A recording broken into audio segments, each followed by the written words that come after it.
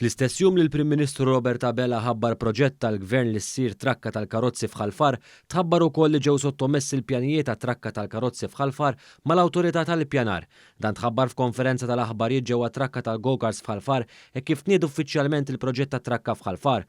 Konferenza tal-aħbarijiet li fiha inkludiet messaġġ mill-President tal-Federazzjoni Internazzjonali fuq il-Motorsport l-FIA Jan Todt. Figura rinomata sew mal-motorsport fosthom il-Formula 1.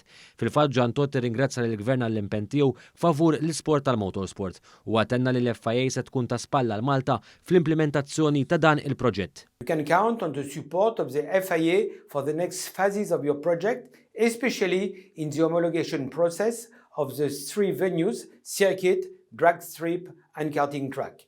I wish this park a long and happy life and look forward to international motorsport visiting Malta in the future.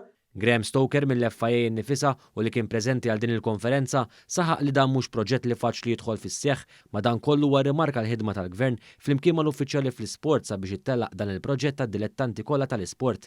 Il-President tal-Federazzjoni Maltija tal-Motorsport Dan Kim Mikallef esprima sodisfazzjon tiegħu għal dan il-proġett u għatenna li issa l-pass li jmissu għal il-pjanijiet jibdew sabiex kemm jista' jkun malajr dan il-proġett isir realtà. Mikallef ħabbar ukoll li jekk ix-xogħlijiet ta' trakka ta' drag racing jitlestew sal-2022 f'April tal-2023 f'Malta jkun qed isir il-Kampjonat Ewropew ta' Drag Racing. Is-Segretarju Parlamentari għaċ-Ċittadinanza u l-Komunitajiet Alex Muscat fl-indirizz tiegħu tenna l-importanza tal-fondi mill-Fond Soċjali għall-Iżvilupp Nazzjonali u li minnhom se jsir dan l-investiment ta' 20 miljun euro. Madankollu huwa rimarka wkoll kif dan mhux proġett li se jwassal biss l-infiq iżda anke biex ikun hemm introjtu. Dan hekk kif din it-trakka nnifisha se tiġġenera l-flus fl-ekonomija Maltija.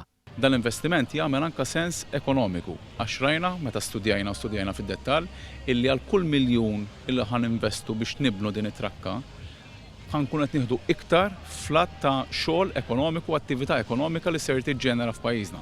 Infatti qed naraw mal-220 impjieg minn dan l-investiment biss. Segretarju Parlamentari għall-Isport Clifton Grima fl-indirizz tiegħu spjega wkoll li dan il-proġett kollox se jkun qed jieħu ma' 80,000 tonna ta' art tal-Gvern, art li ma taqax fuq DZ u mhijiex waħda agrikola.